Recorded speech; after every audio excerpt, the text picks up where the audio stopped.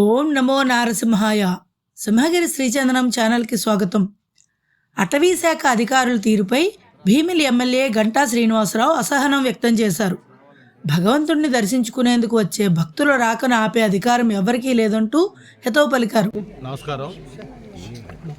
వేలాది మంది భక్తులు ఎంతో నమ్మకంతో దర్శించుకునే ఈ భైరవ దేవాలయం, దీనికి సంబంధించి ఎన్నో రోజులుగా దీన్ని విజిట్ చేసి ఇక్కడ భక్తులు ఎదుర్కొంటున్న సమస్యల మీద దృష్టి పెట్టాలని చెప్పి అనుకోవడం జరిగింది.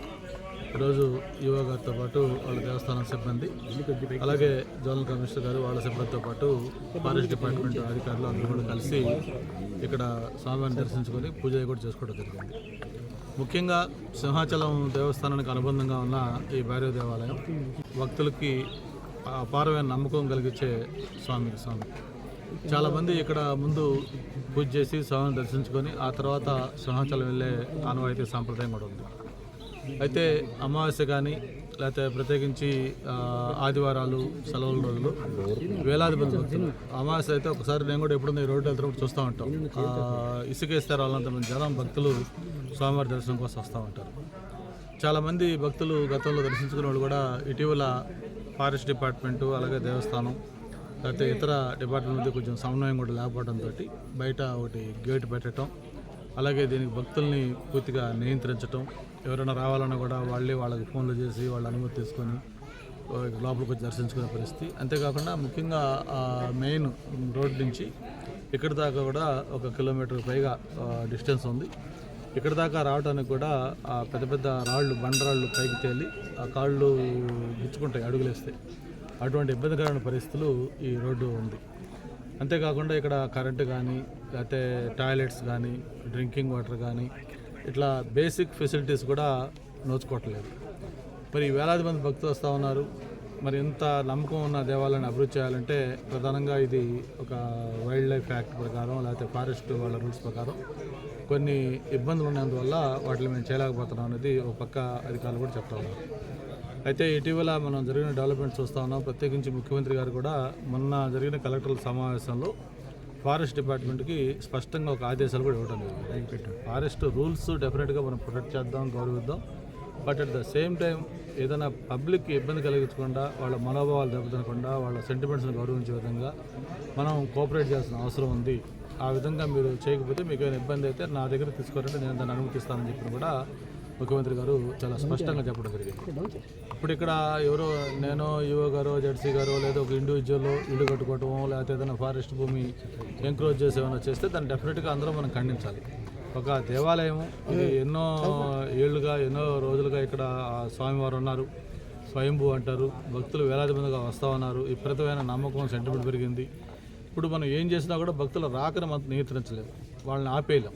భక్తులు వేలాది మంది వస్తున్నప్పుడు వాళ్ళకి కావాల్సిన బేసిక్ ఫెసిలిటీస్ కూడా ప్రొవైడ్ చేయాల్సిన బాధ్యత కూడా ప్రభుత్వం పైన, పాలకుల పైన, అందరిపైన ఉంది. కాబట్టి ఈరోజు ఈవో గారితోనూ జెడ్సీ గారిని కూడా పిలిచి ఇక్కడ ఫారెస్ట్ డిపార్ట్మెంట్తో మాట్లాడి ఏమేం చేయాలి అంటే దాని మీద మాట్లాడడం జరిగింది. ఈవో గారితో కూడా చెప్పి ముందు ఇక్కడ దేవాలయానికి సంబంధించిన పూజా సామాగ్రి, కొబ్బరికాయలు లేకపోతే పూలు, ఇటువంటి ఇక్కడ పూజకు కావాలో అవన్నీ కూడా చేయడం కోసం, అలాగే ఏదైనా అక్కడ రిక్వైర్మెంట్ ఉన్న మిగతా వస్తువులు అమ్ముకోవడానికి కూడా ఒక 2 షాపులు కూడా ఆక్షన్ వేసేసి ఎవరికైనా ఇస్తే ఇక్కడే పెట్టుకుంటారనేది ఒకటి నిర్ణయం తీసుకోమని చెప్తాం.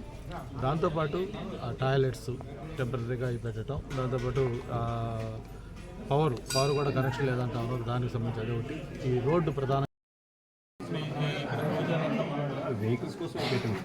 తర్వాత ఇప్పుడు ఎవరో నడుచుకుంటా 1 కిలోమీటర్ 1.5 కిలోమీటర్ రావాలంటే ఆ కంకర్రాళ్ళు గులకరాళ్ళ మీద అట్లెట్స్ వస్తారు. అది ప్రపోజల్ పెట్టారు సార్. యాక్చువల్గా బీజేపీ సర్వే కూడా అయిపోయింది సార్. పార్ట్ 1 పార్ట్ 2 అప్లోడ్ చేస్తున్నాం సార్. ఇప్పుడు మిటిగేషన్ ప్లాన్ మిటిగేషన్ ప్లాన్ చేయమన్నారు సార్. అదే సార్, ఈ ప్లాన్ చేయమన్నారు సార్. మిటిగేషన్ ప్లాన్ 2 లక్షల 5 రూపాయలు చేయించినారు. అంటే ఈ పండుగ మీద ఏం జంతువులు ఉన్నాయో రిపోర్ట్ ఇచ్చేస్తారు. కాదు హరి, ఇప్పుడు అవన్నీ మీరు రిపోర్ట్ చూసుకోండి. మనం 10 రోజుల్లో రోడ్డు పెడతాం, రోడ్డు వేస్తాం, గేట్లు తీయండి. ఒకవేళ కావాలంటే నైట్లో ఆఫ్టర్ 6 పెట్టుకోండి తప్ప పగలు 6 to 6 మీరు డబ్బులు అలా చేస్తారు. ఆ గేట్లు కంప్లీట్ ఓపెన్ చేసి ఉంచండి. గేట్ ఉన్నా కూడా 6 తర్వాత క్లోజ్ చేస్తారు. మార్నింగ్ 6 to 6 తర్వాత మీరు అప్రూవల్ మీరు పెట్టుకుంటారా, మీరు ఏం చేస్తారో మీరు చేసుకోండి. మేము 10 రోజుల్లో రోడ్డు స్టార్ట్ చేస్తున్నాం. రోడ్డు ఖచ్చితంగా వేస్తున్నాం. మీరు డిఎఫ్ఓ చెప్పండి, నేను చెప్పాను చెప్పండి, మీరు ఏమైనా ఆల్రెడీ కేసులు పెట్టుకున్నా మా ప్రాబ్లం లేదు. ఖచ్చితంగా రోడ్డు వేస్తాం. రోడ్డు గ్రావెల్ వరకు అయితే మనం అంతే గ్రావెల్దే అయితే మనమే మేమే ఏంటి మళ్ళీ పెట్టాలి. ఎందుకంటే ఇప్పుడు కాదు, మీకు మన కలెక్టర్ కాంగ్రెస్లో కూడా సీఎం గారు అంత పాపడం గమనించారు. కొంతమంది అక్కడ కాసిన టెంపుల్ ఒకసారి ఫారెస్ట్ అని కోర్టు చేస్తే మళ్ళీ ఇమీడియట్ కట్టేసి నేను గుర్తుంది. ఫారెస్ట్ డెఫినెట్గా మాకు దానికి రెస్పెక్ట్ ఉంది, but at the same time మీరు ఫారెస్ట్ అని పేరు చెప్పి ఇక్కడ ఏమీ లేకుండా పబ్లిక్ ఇబ్బంది పెట్టే ప్రదేశం పబ్లిక్ అయితే